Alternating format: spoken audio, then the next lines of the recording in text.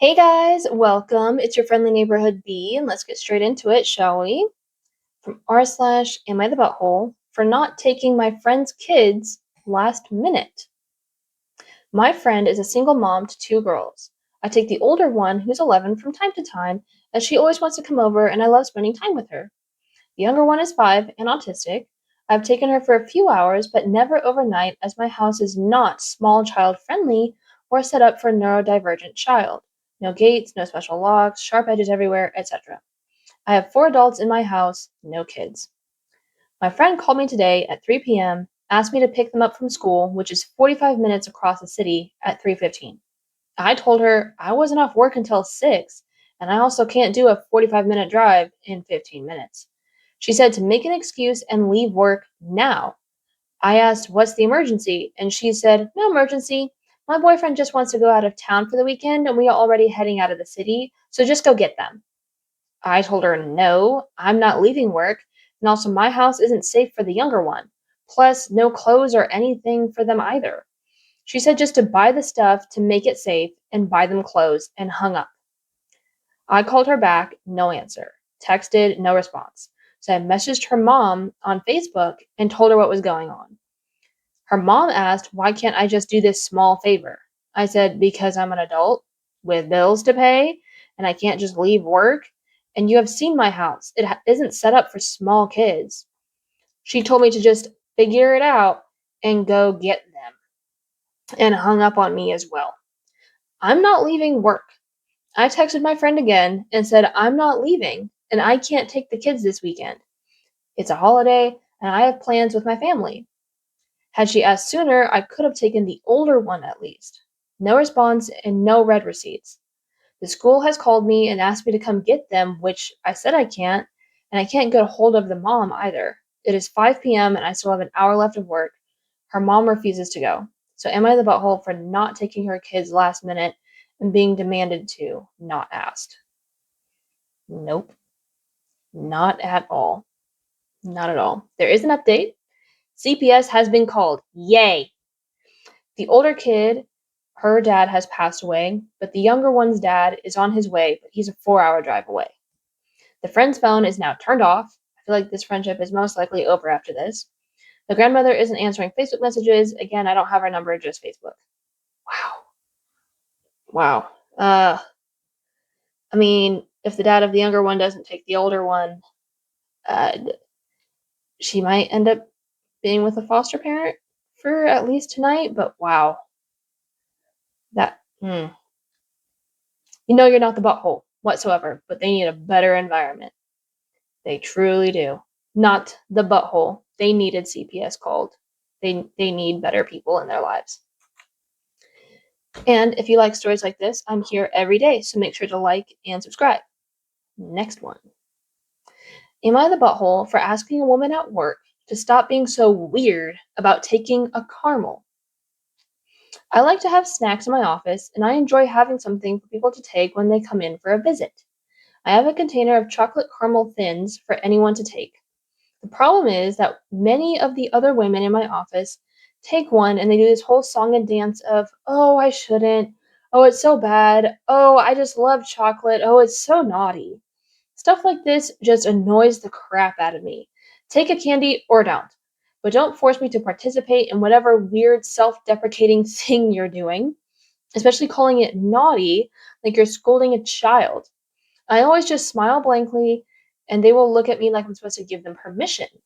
I finally had it yesterday when one of the women stood in my doorway and pointed and was like, "Oh, I love those caramels. They're so good, but ugh, I shouldn't. You're so bad for having these." I said, "Can you stop doing that? It's making me uncomfortable." She pretended to not know what I was talking about. I said, "Are you okay? You can come in here and act like you need my permission to eat a piece of candy. You keep calling it naughty like you're a little kid. It's super weird behavior and it makes me feel uncomfortable, so please stop." She gave me a weird look and said she was just being silly and never mind. She left. I found out later on that she said I ripped her head off and warned one of the other women who's always doing all that "oh, I'm so bad" crap to avoid getting candy from me unless she wants to be scolded. I'm not going to stop someone from having candy because there are some people who can do it without the whole song and dance, But am I really the butthole for just asking her to stop doing that? Oh, I'm so bad crap.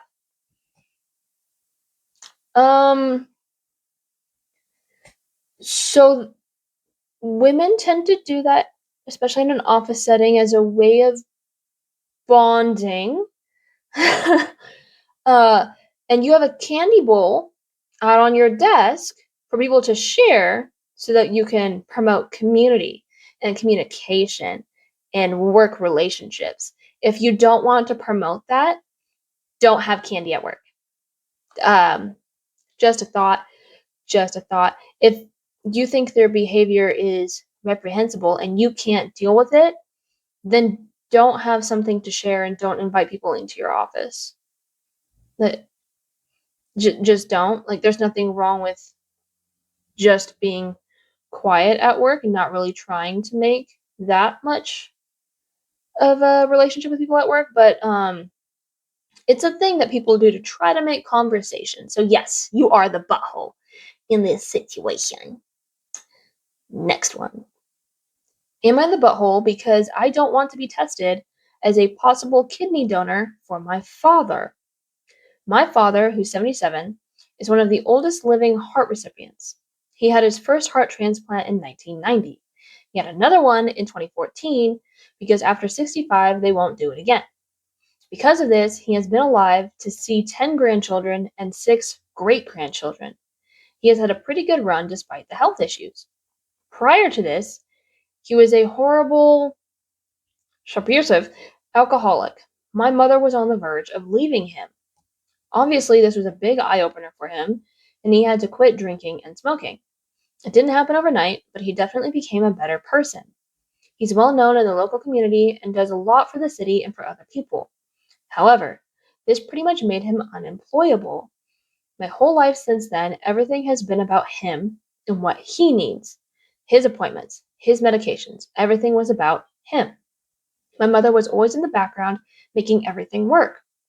My mother struggled to provide for a husband and 3 kids and keep a roof over our head. She often worked multiple jobs, and we were on welfare and food stamps for a while. We all got jobs to try to help keep everything afloat. In 6th grade, I got a paper route and have been continuously working ever since. I joined the Army at 17 and spent an entire career building my own life where I wasn't a burden on anyone. I still sent money home every month until I got married. But the saga continues. He is now apparently in need of a kidney transplant or regular dialysis. My sister is doing a full social media blitz to bring attention to this and try to get everyone to be tested as a donor. There's some kind of pool where you can volunteer to donate for somebody else, and that somehow increases his chances of getting an organ.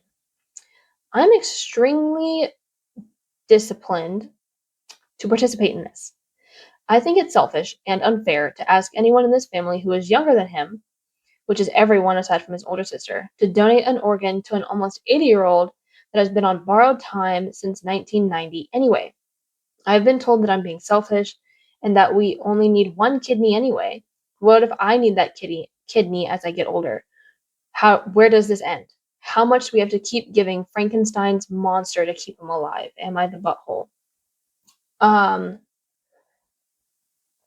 Based on your description of your father and your childhood, he is not entitled to your organs. And even if he had been the world's most perfectest father, he still wouldn't be entitled to your organs because anything that's harming him could be genetic. It might not be the years of alcohol consumption. It could very well be genetic, and that's terrifying. It's absolutely terrifying. So that's not really something that you want to mess around with, and this is a very serious decision. So they can't really fault you for wanting to place your own life first, and that's a priority, not the butthole. Okay, thank you everyone for tuning in, and I hope to see you all tomorrow. Bye, guys.